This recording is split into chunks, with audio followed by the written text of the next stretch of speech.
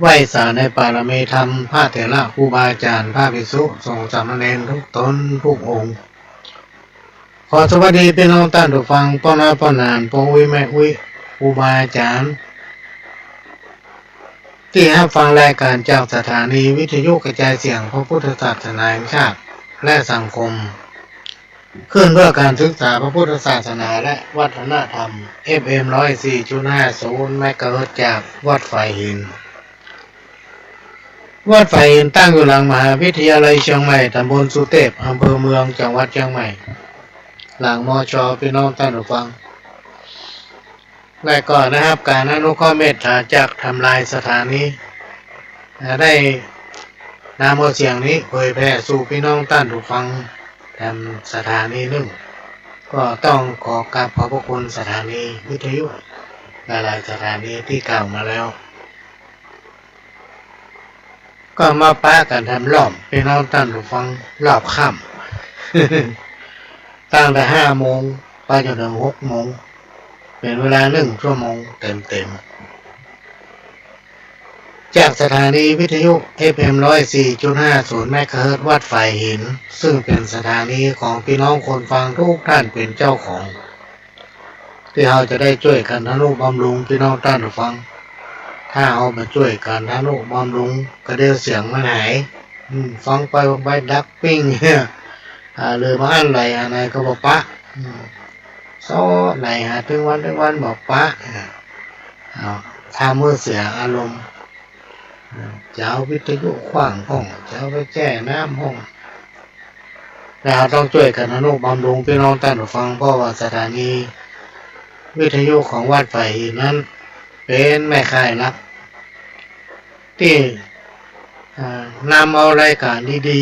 ๆมีสาระฟังง่ายสามารถนำปฏิบัติได้ฟังแล้วก็เข้าใจเลยพอทางสถานีส่องหารายการที่เข้ากับสภาวะหรือว่าสภาพพื้นฐานทางด้านสังคมบริบทของการปฏิบัติตัวพี่น้องชาวบ้านเรา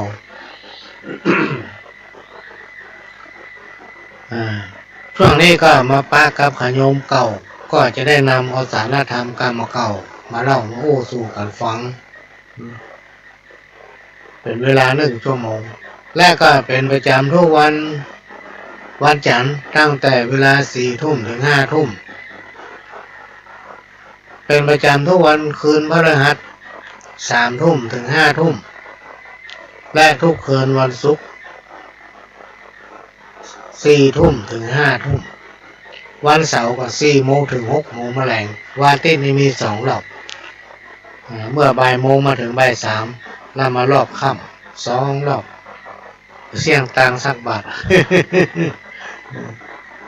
วิทยุที่พี่น้องท่านผู้ฟังมีอยู่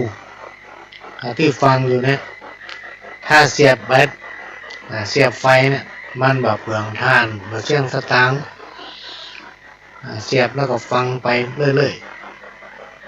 ๆไฟมันเสมอถ้าเอาใจทานไปซื้อทานมาใส่กันไฟมาก่อนเสียงมันกวนถ้าเอาใจไฟฟ้าเนี่ยเสียงมันเสมอเพราะฉะนั้นก็หาทางเลือกใจวิทยุแบบเสียบไฟถ้าเปลี่ยนทางนี่เปลี่ยนติ๊กๆเหมือนพ่อหลวงเนี่ยตะกอนหมูเรื่องเอาไม้มากับซื้อทานใส่ไม้ติ๊กๆเสียงสตางค์และมันแปลงทานไฟเนี่ยมันแปลง จนมีวันหนึ่งท่านผู้อำนวยการมาแวะที่บ้านโอ้ไปซื้อทานมาใส่เนี่ยได้เนี่ยมาเสียบตรงนี้เราไปจ้างคำว่าแบบจ้างนี่นักแกเนอะพี่น้องท่านฟังครับบอกหู้เนี่ย ก็มันบอกหู้ช่วงนี้ก็มาเปลี่ยนบรรยากาศพี่น้องท่านฟังหลังจากได้ฟังสาระสัพพะจากทางสถานีหลายๆสถานีประการสำคัญก็เวลาเราดูทีวีก็จะไปดูกับละครคือดูข่าวพ่องวิทยุก็เหมือนกันพี่น้องท่านฟังข่าวแห่งประเทศไทย ตอนเจ้าหรือ6 โมงแมลงต้นที่จะมีข่าวแห่งประเทศไทยหรือว่ามีข่าวการบ้านการเมืองอย่างสปาสเปดมาออกอากาศให้ฟังอาจจะไปดูกับละครถ้าดูทีวีหรือดูข่าวเขาจะได้รู้ว่ามีอะไรยังเกิดมีอะไรยังในบ้านในเมืองเขาจะได้รู้ช่วงนี้อากาศมันเปลี่ยนพี่น้องท่านของก็เรียกกับแดดออกก็เรียกกับฝนตกห้านฝนนี่กันจะตกก็ตกเลยแหละ เอาอย่างตื้อมาตันนะแล้วก็วันเวลามันวุยตัวก็เรียกกับค่ำก็เรียกกับแจ้งก็เรียกกับค่ำก็เรียกกับแจ้งก็รักษาสุขภาพพี่น้องท่านของไผ่ของมันรักษาสุขภาพถ้าบาล่ำได้ออกกำลังก็ไปตรวจสุขภาพสถานพยาบาลโรงพยาบาลส่งเสริมสุขภาพประจำตำบลไปเถอะถ้าวันที่มันเปิดทำการเขาจะได้รู้วันนี้ก็จะนำเอากำป้นกรรมธรรมะเนี่ยพี่น้องท่านมาฟังมาเล่าสู่กันฟังอันพระธรรมคำสอนวอนให้คิดถ้าไผ่ยึดติดถ้อยคำพระสินสีคนเราใดตั้งตนเป็นคนดีจะพบแต่ความสุขีไล่ทุกข์อยู่สุขสบายหมายถึงว่าเราในฐานะที่เราทั้งหลายเป็นพุทธมกะพี่น้องท่านฟังเป็นอุบาสกอุบาสิกาอายุนักเลยเนาะรายการนี้เราอ่อนไม่ต้องบอกฟังมีการผู้สูงไว้ฟังและคนที่ฟังรายการเนี่ยแต่ละคนเนี่ยเปิดบรรจุมดละบรรจุเป็นผู้สูงอายุ มีเงินเดือนกินตลอดชีพตลอดชีพและรัฐบาลชุดปัจจุบันเนี่ยซ้ำใจดีเพิ่งเอาเงินเข้าเรื่อยๆเขาจ้างกินจ้างใช้มันจะอยู่ได้พี่น้องท่านฟังมันแก้เคล็ดของความยากจนไปได้แล้วก็ทำจิตใจให้โปร่งใสทำจิตใจให้สบายก่อนจะนอนอาบน้ำอาบน้ำเรียบร้อยละจะนอนแล้วบอกของไหว้พระก่อนไหว้พระสวดมนต์เสร็จเรียบร้อยแล้วก็ตรวจน้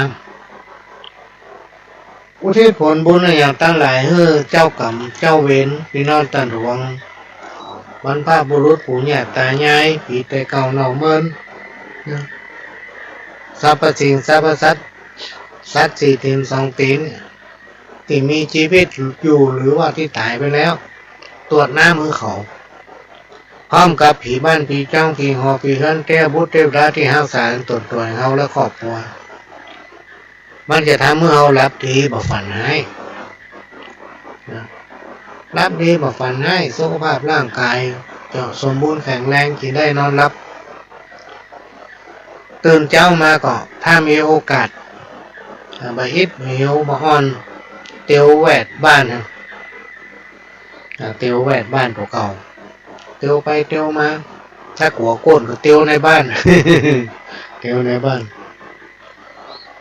ถ้าเป็นไปได้ก็ไปตามข้องหัวของเฮาลบหญ้าทำนั่นทำนี่เพื่อมาได้เหงื่อพี่น้องท่านผู้ฟังและถ้าคนไหนที่ไม่ค่อยสบายต้องกินยาเป็นประจำพี่น้องส่วนมากจะไม่ค่อยรอดต้องกินยาเป็นประจำทุกคนนะก็หลวงก็ยังกินเลยเฮาตื่นเจ้ามาก่อนที่เฮาจะไปล้างหน้าถูฟันเนี่ยพี่น้องท่านผู้ฟังบ้วนปากเทน้ำใส่แก้วเต็มแก้วเลยครับดื่มจนหมดแก้วละ1 แก้วมองเฮาเนี่ยมันถึงดื่มได้น่ะพี่น้องท่านฟังบางคนเขาบอกที่แรกๆนะบอกต้องดื่มน้ำเป็นลิตรเลยนี่นะ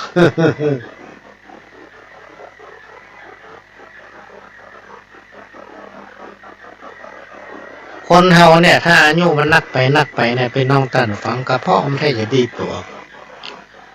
ธรรมดาเนี่ยต่อก่อนเนี่ยเขาจะดื่มน้ำเจ้าหนึ่งเขาตื่นมาดื่มน้ำ3 แก้วเนาะแก้วคนเลี่ยมนั่นนะแต่มาเดียวมันแค่มีแล้วแก้วคนเลี่ยมเป็นแก้วปกติธรรมดา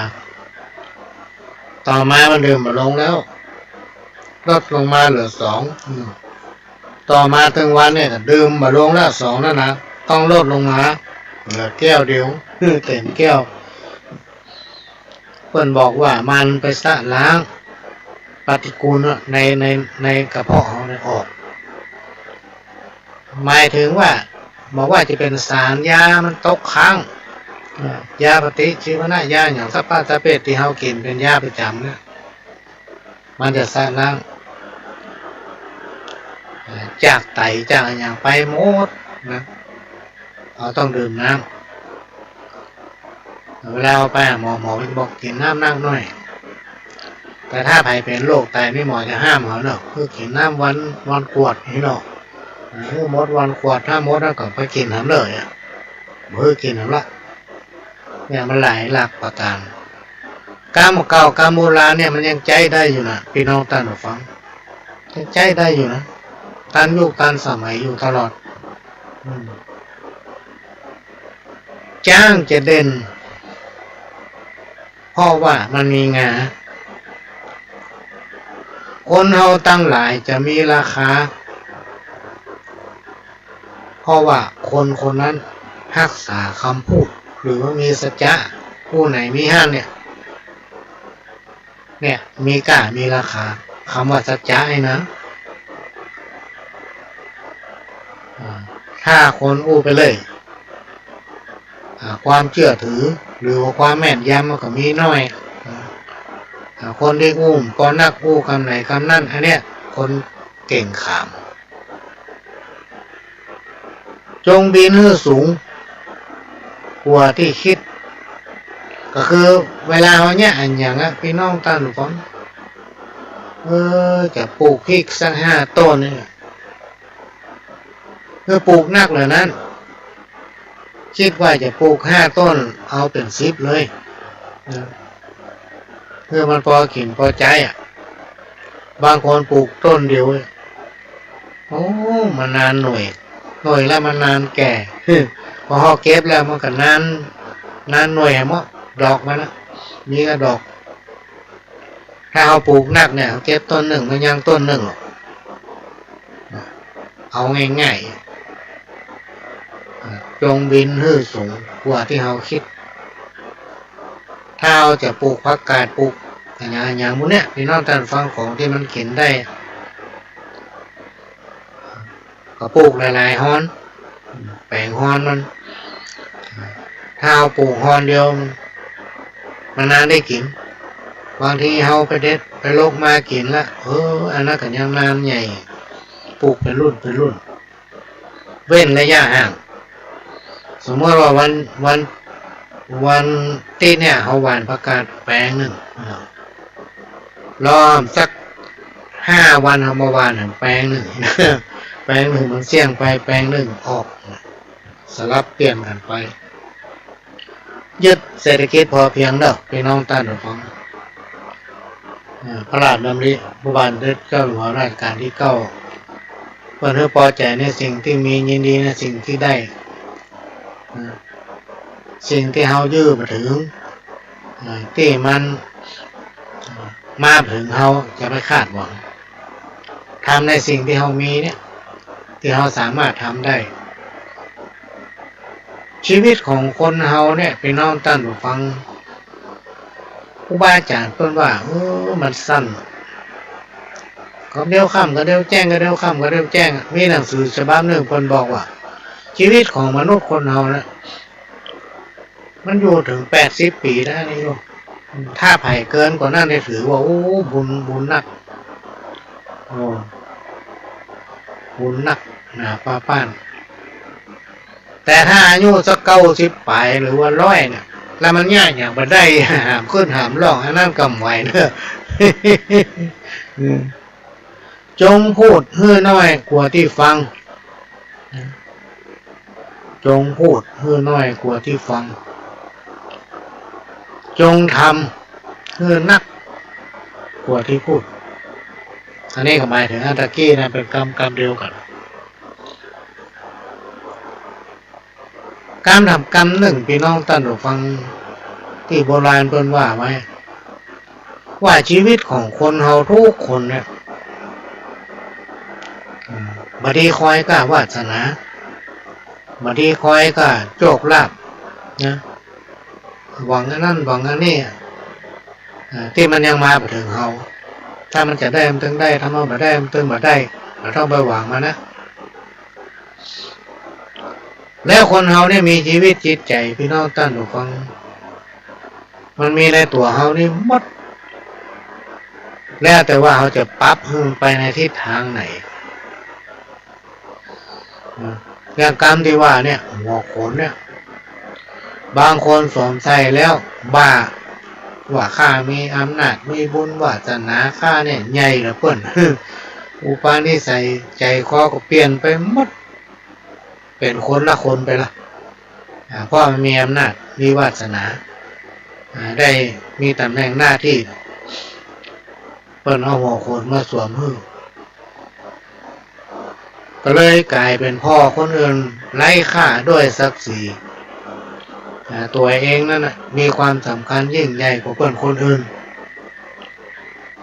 มันจะตรงกันข้ามกับคนบางคนพี่น้องท่านผู้ฟังพอเพื่อนสวมหัวหมวกสวมหัวโขนลงไปแล้วดูดีหน้าเริ่มใส่ศรัทธาเพราะว่าเพื่อนมีเมตตามีความอาทรผู้จักติต่ำที่สูงมีสัมมาคารวะมีความอ่อนน้อมการหู้อ่านการจามีลักบ่แจ้ว่าอู้ได้บ่ได้นะพี่น้องตั้งหูฟังมันต้องมีลักตัวเองมันต้องมีลักมีเหตุมีผลเนี่ยนานาจิตตังจิตคนเราเนี่ยมันเหมือนกันมันจะขึ้นอยู่กับพื้นฐานความเป็นอยู่เริ่มจากสิ่งแวดล้อมตั้งแต่เริ่มต้นมาจนถึงปัจจุบันเนี่ยพี่น้องท่านผู้ฟัง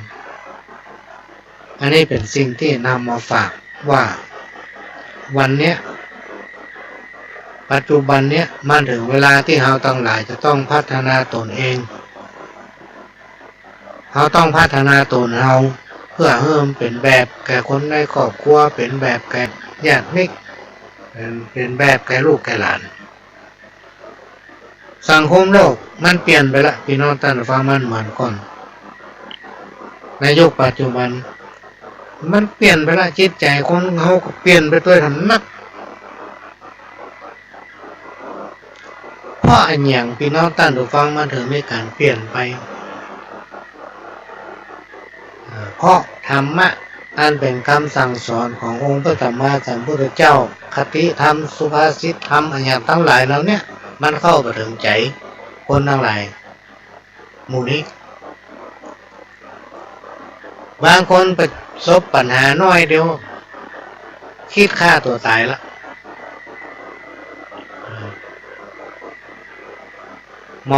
มองไปแค่หน้าแข้งหัวเขาน่ะบ่คิดถึง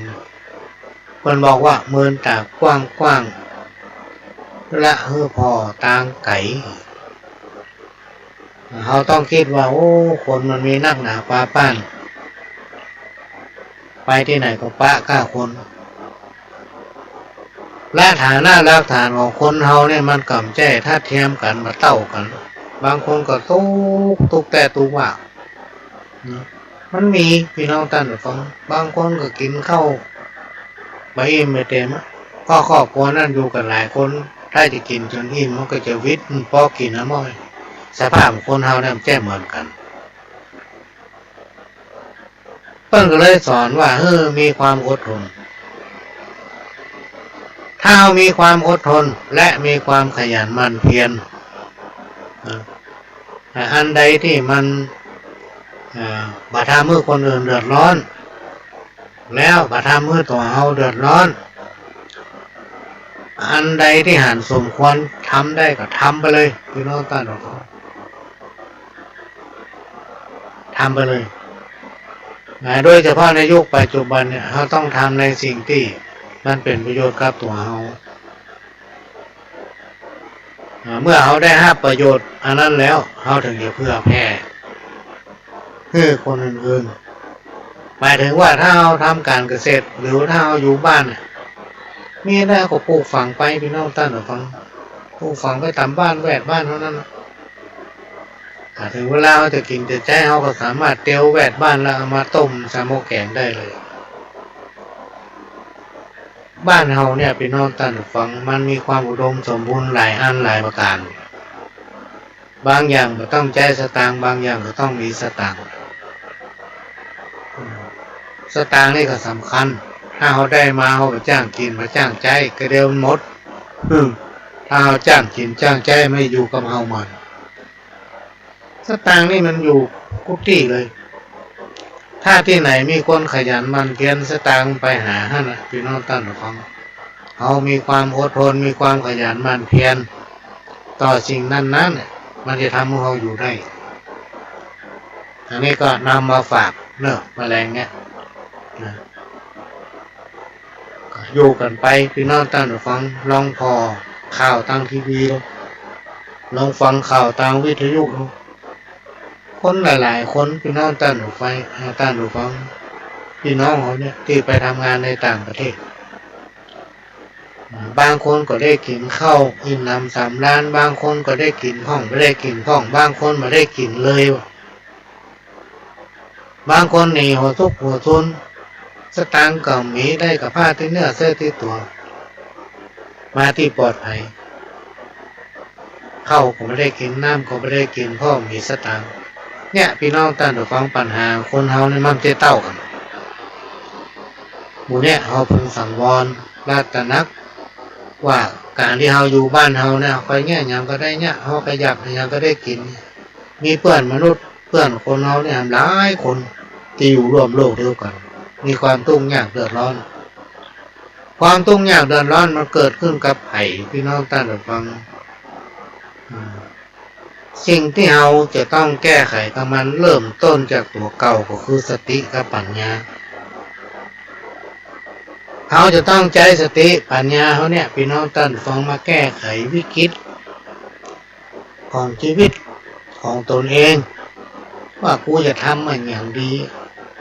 ที่มันจะทำให้เราอยู่ได้ครอบครัวเราอยู่ได้อันนี้สำคัญพี่น้องท่านฟังอยู่ที่ตัวเราเพราะฉะนั้นถ้าเรามีความอดทนและกระจายสติปัญญาคิดไข้ควรพอเพื่อนอยู่ได้เขาก็ต้องอยู่ได้เดี๋ยวมันก็แก้ปัญหาไปได้เองปัญหามันเกิดขึ้นมาจากอย่างมันจะมีเหตุมีผลของมันลูกพี่น้องท่านฟังการงานก็เหมือนกันมันถึงมาเหมือนบ้านเฮานะที่อื่นเขาอยู่บ้านเฮานี่เขาก็ต้องพิจารณาว่ากูจะทำอะไรอย่างดีทำไปพี่น้องท่านฟังได้นักได้น้อยต้องคิดคือมันได้อย่างเดียวข้อคิดจากผู้ใฝ่ในหลักธรรมอันคำสั่งสอนขององค์พระสัมมาสัมพุทธเจ้าว่าการเข้าวัดจะได้บุญหรือไม่ แล้วก็มีคำตอบว่าก็ยังดีกว่าคนที่บ่เคยคิดเข้าวัดเลยมันมีนะพี่น้องท่านผู้ฟังบางคนที่วัดมันเริ่มเข้ามันเริ่มไปไหนสักทีอยู่กับบ้านมานานเริ่มไปไหนอันนี้เป็นห้องว่าต่อไปนะมันจะกลายเป็นคนใจแคบการรักษาศีลจะรักษาได้ครบหรือไม่ก็ยังดีกว่าคนที่ไม่คิดรักษาการปฏิบัติธรรมจะบรรลุธรรมหรือไม่ก็ยังดีกว่าคนที่ปฏิบัติพี่น้องท่านผู้ฟัง อันนี้เป็นเรื่องจริงพระพุทธศาสนาจะดำรงอยู่ได้ก็เพราะมีคนเข้าวัดนะคนเข้าวัดรักษาศีลปฏิบัติธรรมศรัทธาเจ้าพุทธหมู่เฮาทั้งหลายจะช่วยกันจันลงนะ ต้องช่วยกันนะพี่น้องท่านผู้ฟังเอาจะออกไปต้องช่วยกันจันลงไว้ซึ่งพระพุทธศาสนาอย่าไปใส่ใจคำตำหนินินทาของคนที่บ่เคยคิดจะกินจะตานอย่าเข้าวัดเข้าว่ามีก็จะอยู่ตั้งนอกว่าคือเปิ้น ว่าคือเปิ้นอันเปิ้นไปวัดมุ้ยปากใส่เปิ้นคนนี้เป็นบาปก็จิตใจมันบ่ไฟหาตามบุญนอกจากประทำแล้วว่าคือเปิ้นถ้าบุญน้อยอุปสรรคในชีวิตก็มีนักถ้าเราได้สั่งสมบุญได้ทำบุญไว้นักอุปสรรคในชีวิตก็มีน้อยพี่น้องท่านผู้ฟังบุญคือความสุขและยังจะพาเขาไปพบปะแต่ความสำเร็จในชีวิตบอกว่าเขาจะทำอย่างก็พบปะกับความสำเร็จเพราะเขาได้สั่งสมบุญไว้เนี่ยนำมาฝากเด้อพี่น้องท่านผู้ฟังแล้วก็ก่อนที่จะนำมาสาระสปะมามาเล่าเนี่ยก็ฝากประชาสัมพันธ์อันแรกก็คือสถานีวิทยุ FM 104.50 เมกะเฮิรตซ์วัดไฟเห็นเนี่ยมันเป็นของพี่น้องคนฟังทุกท่านที่เราจะต้องได้ช่วยกันทนุบำรุงเราต้องช่วยกันทนุบำรุง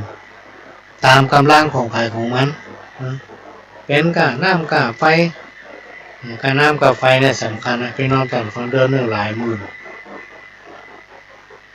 และทางด้านเครื่องก็ต้องทนุบำรุงต้องได้แปลงได้ดูแลเปิดแอร์วันค่ำแอร์จะเป็น2-3 ตัวค่าไฟสปะพี่น้องท่านฟังมันเพิ่มก็ช่วยกันคนละเล็กละน้อยตามกำลังของใครของมันแล้วก็แจ้งมาทางรายการจะได้ประชาสัมพันธ์หรือว่าแจ้งไปทางวัดเลยในหนังสือที่พระองค์แจกไปนะหลายร้อยเล่มมีเบอร์โทรหมายเลขธนาคารกสิกรไทยสาขาถนนสุเทพซึ่งเป็นหมายเลขบัญชีของสถานีวิทยุ FM 104.50 เมกะเฮิรตซ์วัดไฟเห็น471-2274927ท่านไปที่ธนาคารไหนก็ได้ไปบอกทุกคนว่าขอโอนสตางค์ทนุบำรุงสถานีพี่น้องท่านผู้ฟังอันนี้ต้องช่วยกันต้องช่วยกันเราก็จะได้ฟังรายการดีๆจากทางสถานีเสียงป้อยฟังชัดนะมามีโซ่มีชาเปิดกับปะเลยถ้าเอาไปช่วยกันก็เดี๋ยวเปิดมันปะนะกะไรอะไรก็มี นี่ก็ฝากไว้แล้วก็บุญ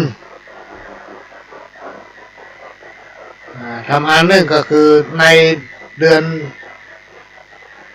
ในวันที่26 พฤศจิกายน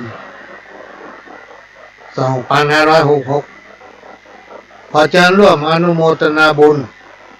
ร่วมทำบุญทอดกฐินสายสามัคคีที่วัดหลวงอ้อโดยทางวัดหลวงอ้อนั้นจะได้นำเอาปัจจัยจากการทอดกฐินในปีนี้ไปทำไฟ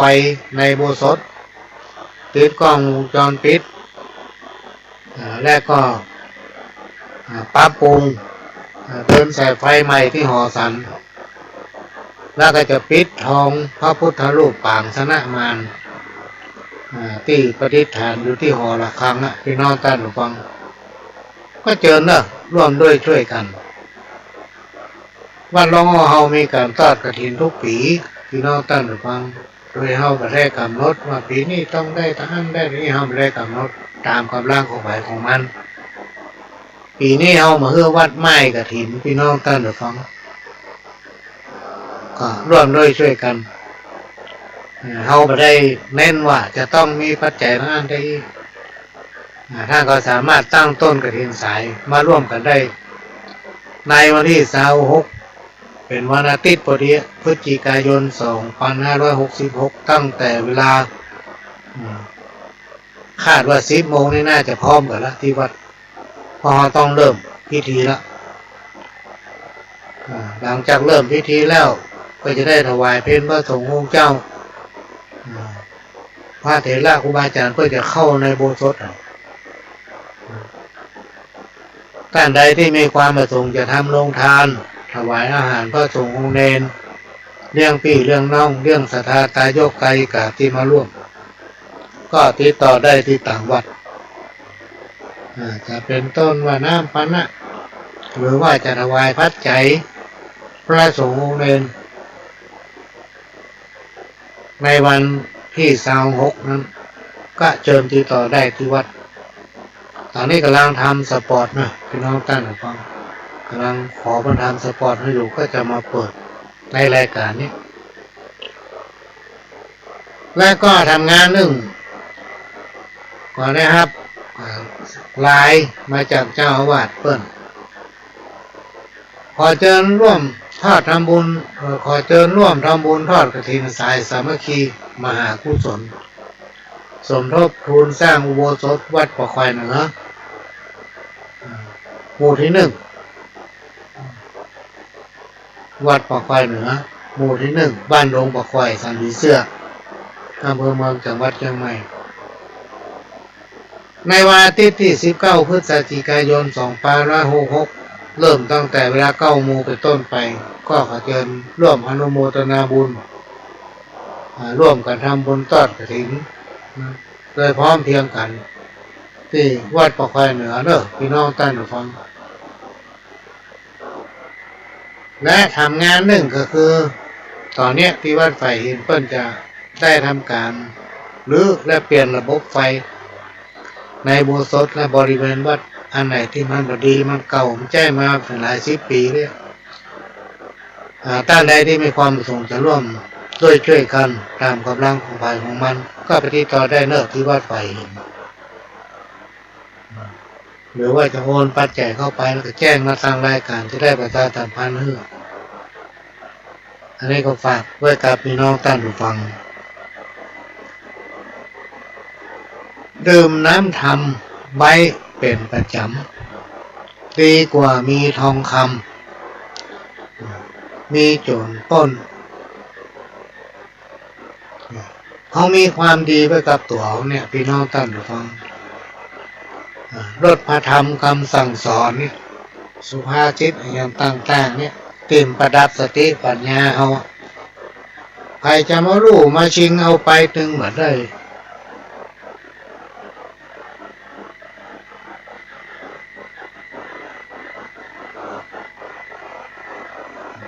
ใครจะมารู้มาชิงเอาถึงได้รสพระธรรมหวานดีบะส้มบะขมเหมือนดีเหมือนเพี้ยถ้าไผ่สั่งสมไว้นักสติปัญญาเนี่ยแตกฉานคิดอันใดก็ลงเนี่ยอันยังก็บอกข้องบักคัดข้อมีสติปัญญาทุกอย่างมาขึ้นอยู่กับจิตกับใจเขาตัวเนอะพี่น้องท่านผู้ฟังถ้าจิตใจเขามีเมตตาเอาไปที่ไหนเพื่อนก็เมตตาเขาถ้าจิตใจเขาขุ่นมัวเขาก็จะปะความขุ่นมัวนะ อันนี้ก็เอามาฝากไว้หนาคือไม่สางบางคือไม่เหี้ยสารฝาเกิ้งกันลมเพื่อขอสินจากพระไว้รักษาตนขอเกิดมาเป็นคนจากนี้จากหน้าการจะเกิดมาเป็นคนเนี่ยพี่น้องท่านผู้ฟังมันไม่ใช่ง่ายมันไม่ใช่ง่ายเมื่อเกิดมาแล้วจะตายมันก็ไม่ใช่ง่ายเหมือนกันนะเกิดยากก็ตายยากอันนี้เป็นเปรียบเทียบผู้ฟังเพราะฉะนั้นในโอกาสที่เรามาเป็นคนกับเปิดเนี่ยพี่น้องท่านผู้ฟังอันไหนที่ดีควรทำอันไหนที่ทำแล้วมันม่วนอกม่วนใจก็ทำไปพี่น้องท่านผู้ฟังความคิดของเขาเนี่ย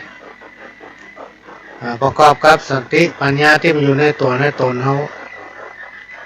ทำไปอันไหนบดีอย่าไปทำถ้าเอาทำแล้วมันจะเป็นแบบเพื่อกับลูกกับหลานเขาจะหู้จะหันเพื่อมีความละอายต่อตนเองเมื่อเขาจะอู้อย่างเงี้ยคิดถึงก่อนว่าอู้เขาจะเนี่ยอย่างพระเจ้าต้องมีแผนพี่น้องท่านทุกคนอันไหนได้มาไม่ดีอย่าไปเนี่ยอย่าไปทำโลกมนุษย์เนี่ยแม้แต่เทวบุตรเทวดายังอธิษฐานขอมาเกิดในเมืองคนนะพี่น้องท่านทุกคนเพราะอย่างการเป็นคนเขาเนี่ยมันสามารถทำสั่งสมบุญเพิ่มขึ้นเรื่อยๆได้ทีนี้อย่างกระตุกสบายพี่น้องท่านทุกคน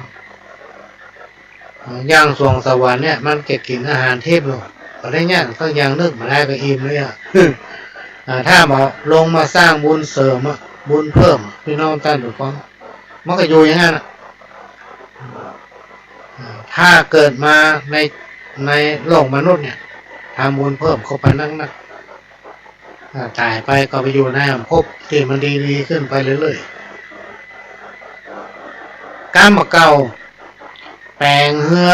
ไว้หลายตามาเข้าไว้หลายเมืองแปลงเฮือนมาแปลงเฮือไว้หลายตามาเข้าไว้หลายเมืองมันมีความหมายว่าฮือผูกมิตรไว้หลายๆบ้านหลายๆเมือง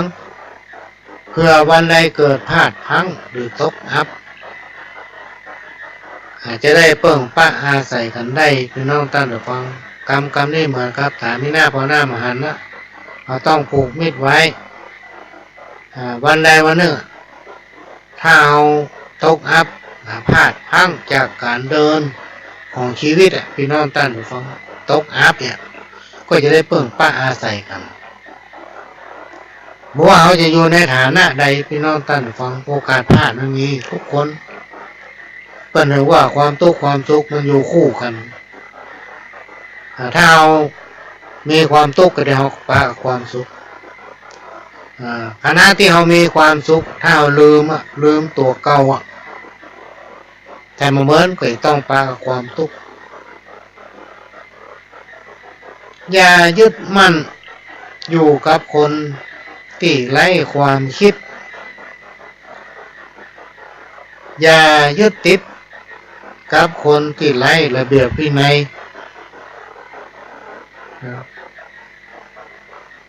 แล้วก็อย่าคุกคีกับคนที่แรงน้ำใจแล้วก็อย่าใส่ใจกับคนที่ไร้สัจจะคืออุไหนมีฮั่น อันนี้เป็นกรรมที่มีความหมายในตัวเองทำกรรมหนึ่งปิดเฮือดีคือปากใจเฮือนักหรือใจเฮือมากคือสมองกองเฮือดีคือหูยกเฮือสูงก็คือใจพี่น้องท่านผู้ฟังบ่มีเฮือหาบ่มาเฮือซอกอันนี้มีความหมายว่าฮือขนขวายในการทำมาหากินฮือมีความขยันหมั่นเพียรนะมีความขยันหมั่นเพียรคนที่มีความขยันหมั่นเพียรขนขวายในการทำมาหากินเนี่ยไปที่ไหนใครก็ชอบใครก็เอ็นดูพี่น้องท่านผู้ฟังหันปั้นมีจะไปไข่ได้หันเปิ้นขี้ไล่จะไปดูแขวนนะอันนี้มันแบบดีคนเฒ่าคนแก่พ่อแม่เปิ้นสอนไว้หันเปิ้นมีจะไปข้าได้ของเปิ้นก็ฮักเปิ้นของวงแหนหันเปิ้นบ่มีหยังก็จะไปดูทุกแขวนเปิ้นเฮามีหยังอันใดที่มันพอแบ่งปันเฮาก็แบ่งปันคือกันไปเปิ้นห้องอาสาเปิ้นอาศัยพี่น้องท่านผู้ฟัง ในบ้านในเมืองเขาเนี่ยตั้งแต่สมัยพุทธกาลมาละที่เพิ่นเล่าสืบตามกันมาถ้ามันมีคนร่ำรวยเศรษฐีโม้ที่เป็นน้องต้นผมง่ายอย่างเหมือนลูกเพราะมันมีไผมารับจ้างไผเป็นเศรษฐีหมด เพราะฉะนั้นไม่ต้องเปิ่งป้าอาศัยกันบอกว่าวันนี้พวกขอตังคนร่ำรวยถึงเป็นเศรษฐีอยู่ในขั้นที่มีกินมีใจก็ต้องเปิ่งคนตุกที่ต้องมาแยกการทำงานวานช่วยนั่นช่วยนี่แบ่งปันกันไปพี่น้องท่านผู้ฟังอันนี้เป็นสิ่งที่วนเวียนอยู่กับชีวิตของคนเฮานะกรรมมีอยู่ที่คนทำเพราะใจเป็นเหตุกรรมทั้งหลายทั้งมวลเป็นสิ่งลึกลับคนเฒ่าคนแก่และครูบาอาจารย์พูดว่ามันเป็นสิ่งที่ลึกลับขนาดและก็แฝงด้วยอำนาจนะผลของกรรมเนี่ยแฝงด้วยพลังแห่งอำนาจพอมีไผผู้ใดมีกฎแห่งกรรมนี้ได้พี่น้องท่านผู้ฟังเพื่อเชื่อต้องลองพิจารณาพอเนี่ยอันนี้ลองตองพอละมันมีแต่สมัยก่อนนี่มันใครเชื่อนะยังเถียงครูบาอาจารย์ด้วยซ้ำ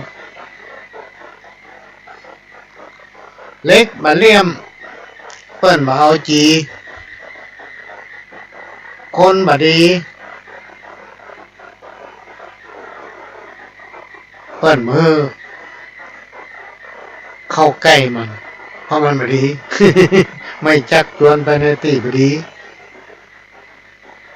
หรือว่าบ่ดีครบบดีเอามาเป็นเปื้อนนะเขาจะป้าเข้าไปในทางบดีอย่างเล็กเลี่ยมเปิ้นบ่เอาจีนะเล็กบ่เลี่ยมเปิ้นบ่เอาจีสมัยก่อนนี่เล็กเลี่ยมโลกเปิ้นเอาจีหืมไห้ก็เราอ่อนหมูจักแหละหืมไห้เดียวเอาจีนั่นจีนี่เปิ้นเอาเล็กเนี่ยฝนแล้วจนปลายมันเลี่ยมแล้วจีแต่ยุคปัจจุบันเนี่ยมันทันสมัยพี่น้องท่านผู้ฟังมีสว่านไฟฟ้าเล็กจีที่มันเป็นสว่านมือนะแบบใจละเนี่ยนะ เจ้าก็ว่ารอไงขวายก็ว่ารอมันแดดอันนี้เปิ้นเตือนบดีเป็นคนพัดวันประกันพวกพัดผ่อนเวลาในการทำอันยังไปเรื่อยๆโอ้เจ้าอยู่รอขวานว่าก็ขวาป้าก็หามันแดดฮ้อน รอมันแรงมันแรงแยบแล้วฝนตกเนี่ยพี่น้องท่านฟังแง่อย่างกับลูกเจ้าก็ว่ารอง่ายขวาก็ว่ามันแดดมาดีเป็นคนพัดวันประกันพวกพัดผ่อนเวลาในการเนี้ยอันนั้นอันนี้บ่มีฮื้อหาบ่มาฮื้อซอกก็มีความหมายว่าฮื้อมีความขยันในการทำมาหากินถึงบ่อดกั้นอยากนะและในที่สุดก็จะเป็นคนที่มีฐานะรากฐานพอกินพอใจอยู่สุขสบายเพราะเรามีความขยันหมั่นเพียร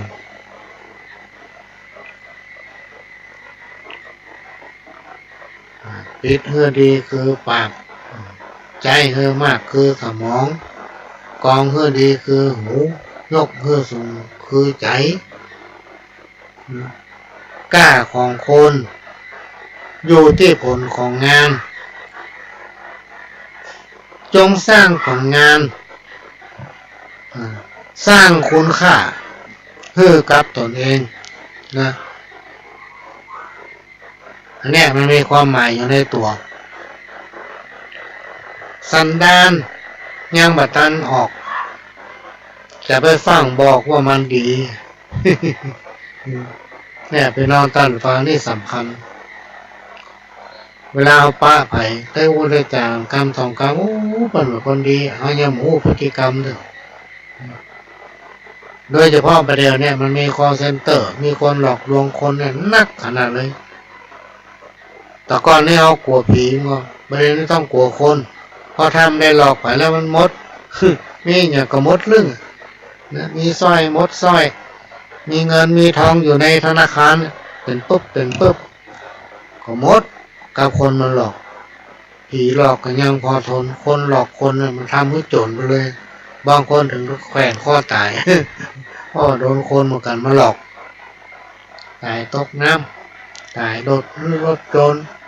เหมือนนั่นท่านนี่พี่น้องตัดวางระมัดระวังเพราะฉะนั้นเราจะต้องอยู่ด้วยสติปัญญาจะเชื่ออย่างเชื่อในสิ่งที่ควรเชื่อนะมันมีอย่างหรอกพี่น้องตัดฟังที่เปิ้นจะมาได้ไปได้เมื่อกัตวาเนี่ยฟังข่าวมีคนหนึ่งมีเงินเป็นล้านเพื่อนหลอกคือไปเล่นการพนันเอาลงทุนปันเนี่ยจะได้เกินมาจะได้กำไร800ว่ะ ลงทุน10,000จะได้กำไร8,000เอาเข้ามีเงินเป็นล้านเสี่ยงหมดไปนอนตั้งฟังพ่อยังเปิ้นมาจุกหัวเพื่อระวังแต่เตอะพี่น้องท่านฟังจะเชื่ออย่างเนี้ยต้องพิจารณาทีปรึกษาคนนั้นคนนี้นะมันมีไผจะมาแบ่งปันให้เฮาบ่ได้หรอกมันมีไผมาช่วยเหลือเฮาบ่ได้หรอกนะต้องมีอย่างก็ปรึกษาลูกเต้าอย่าเฮาส่งไว้ส่งให้โยนเฮาจะมาตันละอ่อนเฮาบ่ตันเปิ้นพี่น้องท่านฟังประเด็นนี้แกง18มงกุฎ20มงกุฎเนี่ยเปลี่ยนมาเป็นหมู่คอลเซ็นเตอร์ผู้ร้ายในคาบของผู้ดีแต่งตัวดีที่นอนตาหรือฟังระวังไว้เนอะระวังไว้ปากว่าไปตีนย่ำไว้หมายความว่าเป็นคนอู้ในมีหั่นนะอู้ในมีหั่นเหมือนกับการของกำนึงที่ว่า3คู่ได้เปลือกเลยนะถึง3คู่เต็มน้ำผู้ มาใส่พอได้เม็ดเดียวเก้ามันเต้าปลายเข็มปลายของมันเต็มแม่น้ำมีความหมายว่าเรื่องน้อยเดียวเท่านั้นแต่มาเราไปขยายความมาเราขยายเป็นเรื่องใหญ่เรื่องโตเพราะไหนว่าเก้ามันเต้าปลายเข็มปลายมันเต็มแม่น้ำเรื่องน้อยเดียวไปขยายเป็นความใหญ่โตเป็นเรื่องเป็นราวยิ่งในยุคปัจจุบันเนี่ยพี่น้องท่านฟังอันอย่างมันเป็นกฎหมายหมดนะเขาไปว่าคนนั้นคนนี้ทำเพิ่นจะให้แม้แต่เฟซแต่ไลน์อย่างทั้งหลายเนี่ยเขาหันว่ามันง่ายก็ลองลงด่าคนนั้นคนนี้บอกมีโทษการที่เขาไปว่าคนนั้นว่าคนนี้ไปเล่าขวัญเปิ้นนี่นะพี่น้องท่านฟังถ้าไปเจอแต่คนที่เปิ้นบ่เข้าบ่ออกไผเปิ้นเอาเรื่องของเขาติดคอกนะพี่น้องท่านฟังเป็นคดีอาญาตัวซ้ำกฎหมายมันเปลี่ยนไปเรื่อยๆเนี่ยเปิ้นถึงมีการรณรงค์ให้คนเจ้าพูดเฮาทั้งหลายเนี่ยรักษาศีล5รณรงค์เอาศีล5เนี่ยเข้าหมู่บ้านชุมชนแล้วแถมมาเมื่อเนี่ยพี่น้องท่านฟังเพื่อจะมีการจัดกิจกรรมหมู่บ้านศีล5เป็นงานมหกรรมหมู่บ้านศีล5เพิ่นเลือกเอาจากวัดละ1หมู่บ้านนะไปที่กรุงเทพพุ่นวัดไร่ขิงพุ่นพ่อหลวงก็ว่าจะไปหมดเนี่ยพี่น้องท่านฟังถ้าเราอยู่ในกรอบของศีล5ข้อเนี่ยอย่างกฎผิดกฎหมายสักอย่างเอาไปประจำจิตประจำใจประดับสติปัญญาพี่น้องท่านฟังนะทำไปอยู่ในกรอบของมันกรรมในทางพุทธศาสนาที่ว่าทำดีได้ดีทำบ่ดีได้บ่ดีมันมีบาปบุญคุณโทษก็มันมีจ้าหน้ามันตานจ้าเนี่ยคนขี้จี้ไผ่ประทามหาคนมีเมตตาไปไหนบ่กัน คนขี้เจ๊เหมือนคนตานีอ่ะพี่น้องท่านฟังคนตานีคนขี้เหนียวอ่ะ โอ้มันถึงมาโจกของมันมากินมาใจถึงมาโจกของมันมาใจไปที่ไหนก็กินกับเปิ่นเนี่ยคนแบบเนี้ยพี่น้องท่านฟังไปที่ไหนถ้าไผ่คุกคีกับมันเมินเข้ามาเข้าถึงหูแล้วเอาเข้าไผ่ประทามหาลูกมันจะตรงกันข้ามกับคนที่เป็นมีเมตตาพี่น้องท่านฟังบอกว่าจะไปที่ไหนอยู่ที่ไหนบอกตายนะบอกตายไปที่ไหนไปพระไปก็ชอบกินข้าวไว้ตาน้ำหมายถึงว่าจะทำอะไรอย่างก็พอดีทำให้มันพอดีพอกับแหงของเฮานะไปทำเกินตัวถ้าเราทำเกินตัวมันจะเนยมันจะอิดเกินเราทำแบบตันแล้วมันก็เสียผลนั้นอันนี้ก็นำมาฝากเด้อพี่น้องท่านผู้ฟังฝากไว้เป็นข้อคิดพี่น้องท่านผู้ฟังการเชื่อคนง่ายจะเสียคนรวยคนกดคนบาซื่อเนี่ยพี่น้องท่านผู้ฟังมันจะอู้หวานคนพาเนี่ยอู้หมดวิธีป้องกันก็คืออย่าใจเบาอย่าหูเบาอย่าไว้ใจทางอย่าวางใจคนจะจนใจเราการสงเคราะห์เพื่อนมนุษย์หรือการสงเคราะห์คนโบราณครูบาอาจารย์ท่านได้กล่าวไว้ว่าการสงเคราะห์ด้านวัตถุอย่างเดียวต่อใดมันก็บ่พอพี่น้องท่านฟังท่านกล่าวไว้ว่าคนเฮาทั้งหลายจะต้องมีธรรมะจะต้องรู้และเข้าใจธรรมะและเข้าใจในการปฏิบัติตนตามหลักของธรรมะเมื่อคนเราทั้งหลายดำเนินชีวิตชอบตามแนวทางของธรรมะแล้วอันยังกระจักสมบูรณ์ขึ้นครูบาอาจารย์เพิ่นกล่าวไว้เนี่ยคนเราทุกคนเนี่ยพี่น้องท่านผู้ฟังจะต้องปะความสุขความทุกข์มันเป็นวัฏจักรแล้วคนเราทุกคนเนี่ยบอกว่าจะอยู่ในฐานะใดพี่น้องท่านผู้ฟังก็จะต้องมีกรรมเป็นของตนเองบ่มีใครสามารถเปลี่ยนแปลงกรรมของตนเองได้ยิ่งเป็นอกุศลกรรมเนี่ยกรรมที่เกิดจากการกระทำในสิ่งที่บ่ดีในอดีตชาติก็ดีในชาติปัจจุบันก็ดีเพิ่นจัดอยู่ในบาปเคราะห์เมื่อถึงคราวย่อมจะมีเกิดขึ้นจะนักจะน้อยขึ้นอยู่กับกุศลกรรมก็คือบุญที่เราทำเนี่ยถ้าไผ่ได้ทำบุญนักจิตใจมันงามจิตใจมันดีมันมีแต่ความเมตตาได้สวดมนต์หยาดน้ำได้กินได้ทานอยู่ขาดบาปเคราะห์นั่นก็จะลดลงพี่น้องท่านผู้ฟังจะลดลงจะทำให้ลดพ้นจากสิ่งเลวร้ายสิ่งบดีที่เป็นอุบัติมาเกิดขึ้นกับชีวิตของเราเนี่ยนั่นแหละคนผู้ใดมีใจใฝ่ต่างบุญย่อมจะส่งผลให้สบายใจการฟังธรรมบ่อยๆย่อมจะทำให้คนผู้นั้นมีสติประพฤติปฏิบัติไปในทางที่ถูกต้องคนที่มีจิตใจเป็นศีลเป็นธรรมย่อมจะพบปะกับแสงสว่างชีวิตย่อมจะเดินทางไปสู่ที่ดีที่งามอยู่เสมอทำเมื่อประสบแต่โชคดีอยู่เสมอการรักษาศีลนั้นย่อมทำเมื่อมีชีวิตที่ดีงามพบปะแต่ความสุขอกุศลกรรมหรือว่ากรรมที่เรียกว่ากรรมเก่า มันจะมาบังเกิดขึ้นกับเฮามันก็จะค่อยลดไปพี่น้องท่านผู้ฟังอันนี้ก็มาเล่ามาฟังเนาะการทำทานการบริจาคทรัพย์เพื่อคนที่ด้อยโอกาสทนุบำรุงพระพุทธศาสนาสร้างถาวรวัตถุว่าจะด้วยทรัพย์สินหรือว่าแรงกายแรงสติปัญญา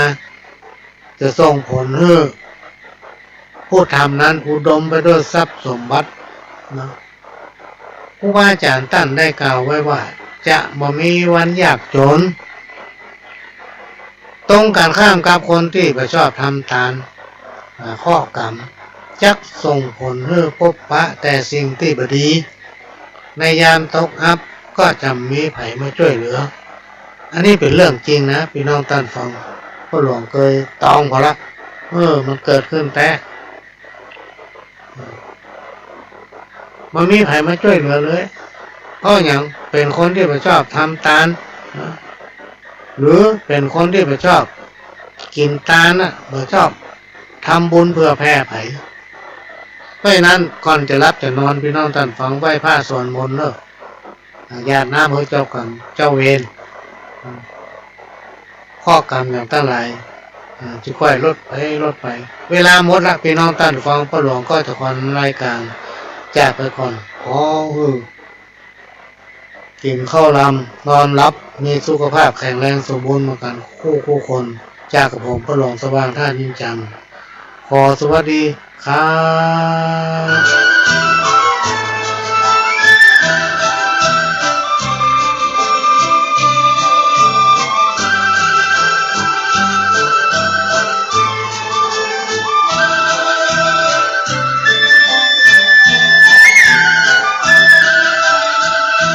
ธงชาติและเพลงชาติไทยเป็นสัญลักษณ์ของความเป็นไทย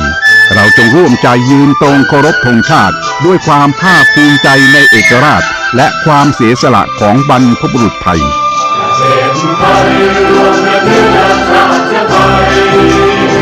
เป็นประชารัฐผ้าไทยของไทยทุกส่วนอยู่ดำรงคงไว้ได้ทั้งมวลด้วยเพลงล้วนหมายรักษาพันยินไทยนิรักสงบแต่ถึงรบไม่กล้าเอกราชจะไม่ให้ใครคนดีสละเลือดทุกอย่างเป็นของประเทศพลังประเทศไทยก็เวทีไทยจะอยู่